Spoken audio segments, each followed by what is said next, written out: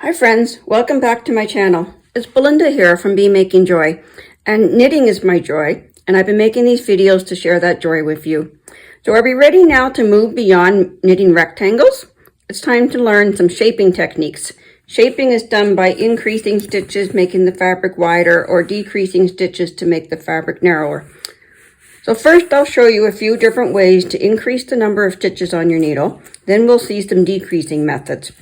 I'll put timestamps in the description box below to let you know what time each method appears in this video, in case you want to skip ahead to a specific instruction. So as of the time of recording, the way to find that description box is to click on the little down arrow tick mark. The quickest and easiest increase is a yarn over. It's written in patterns as the abbreviation YO. To do this, we work along to the place where we want to add an extra stitch. And then we just wrap the yarn around the right hand needle. This adds a new loop on that needle. And then we continue working.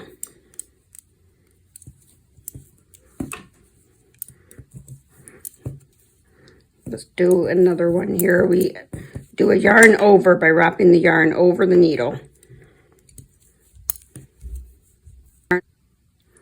Then when we come back to that yarn over loop on the next row, we just knit or purl into that loop, whichever stitch the pattern calls for. In this case, it's on the wrong side, and I'm purling into that new loop.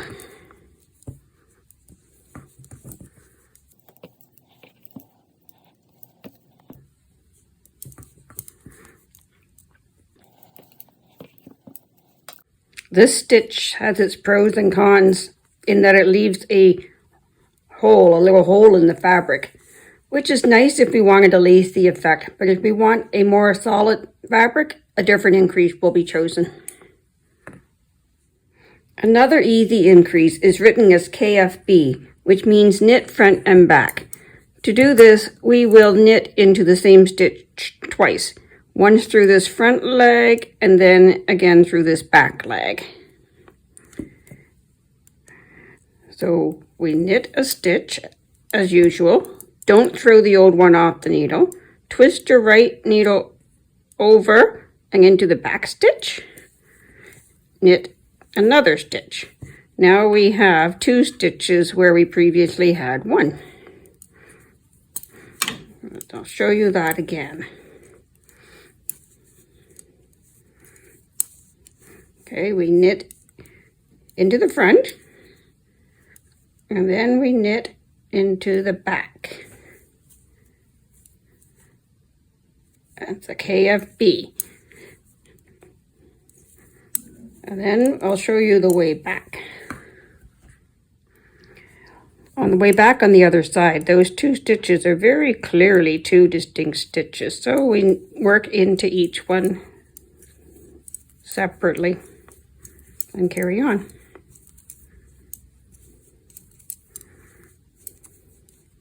And there we are again. Sometimes you might not even notice when you've reached that increased stitch because they blend in.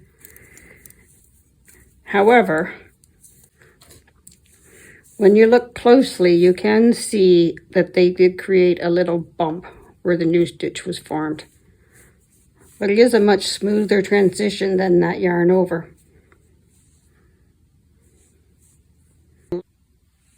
So there's our yarn overs, there's our KFBs, and another method sometimes used to increase is called the make one, or written as M1. And to do that, we'll take the left needle and insert it in the bar that runs between the 2 stitches from the row below. And then we knit into that bar.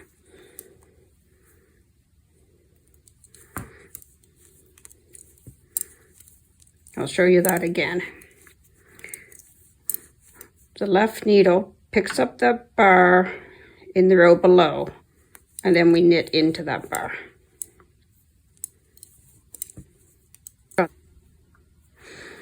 When we come back on the purl row, we'll see that the stitches are just like normal stitches, and we just continue working. But you'll notice that the make one makes the little hole just like the yarn over, but slightly smaller than the yarn over. But there are methods to twist this loop to avoid the holes, known as the make one left and the make one right. If you're not ready to get a little more complicated, you can skip ahead now to see some simple decreasing methods at this timestamp. Now we're going to learn how to twist that make one stitch to the left or to the right to tighten up that hole. This stitch is written as M1L or M1R, and the difference between the make one left and the make one right is the direction that the stitch leans, one to the left and one to the right. And both stitches are used in tandem to create a symmetrical piece of fabric.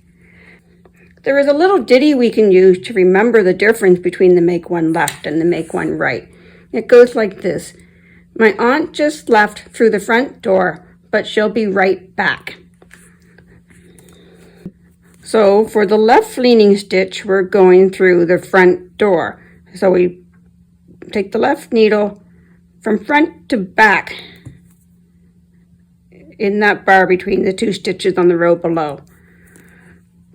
And then we need to give that stitch a twist to close up the hole. So instead of knitting into the loose leg, we're going to work into the tighter leg, the back leg. So when we knit into that back leg, and it closes up that gap. So then for the right leaning increase, remember my aunt will be right back. So we're going to pick up that bar between the stitches in the row below from back to front. And then to twist the stitch, you work into the leg that is not the loose one. You want to work into the tighter leg. In this case, the front leg.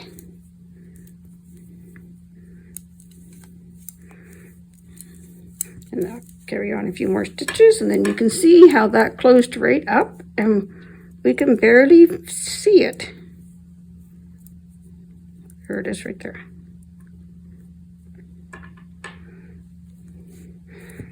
So I'll work another couple of rows and show you that again. So there are my two sets of make one left and make one right increases.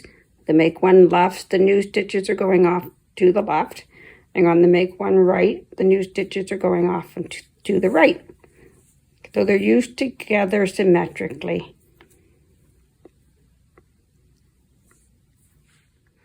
Now we've done a bunch of increasing. Now let me show you some decreasing methods. The most commonly used decreasing method is the knit two together, abbreviated as K2TOG, and you'll hear some knitters say K2TOG. To do this, we simply insert our right needle into two stitches on the left needle at the same time. And knit those two together. And then throw the old two stitches off. So we've turned two stitches into one. I'll show you that again. There are a couple of stitches, and then I'll show you that again. So we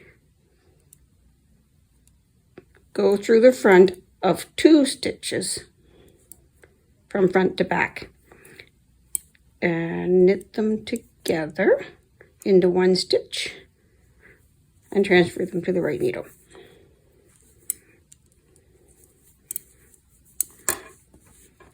You can see where two columns have become one.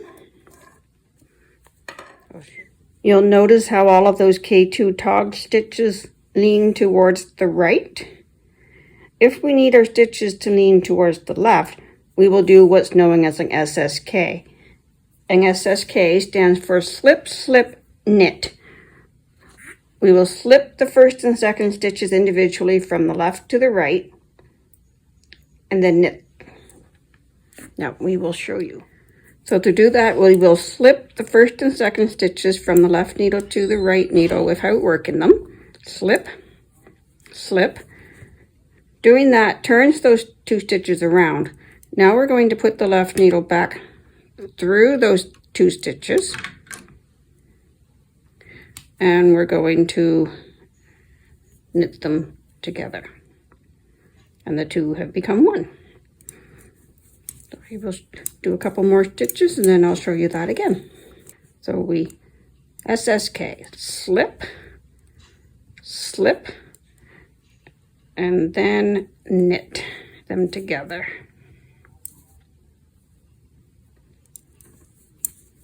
Slip, slip,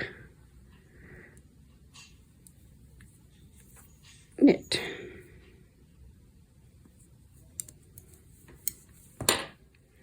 You'll see how the SSK is the mirror image to the K2 tog.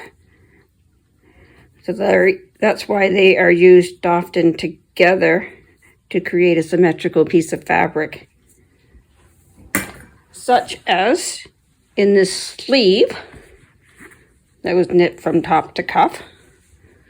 The decreases are mirror image SSKs and K2 togs.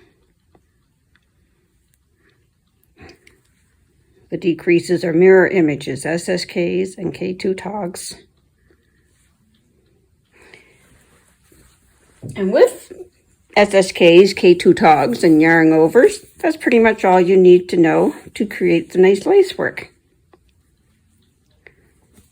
If you've seen an abbreviation in knitting that you don't understand, or there's a stitch that you would like help with, let me know. And don't forget to hit that like button. Thanks for watching and happy knitting.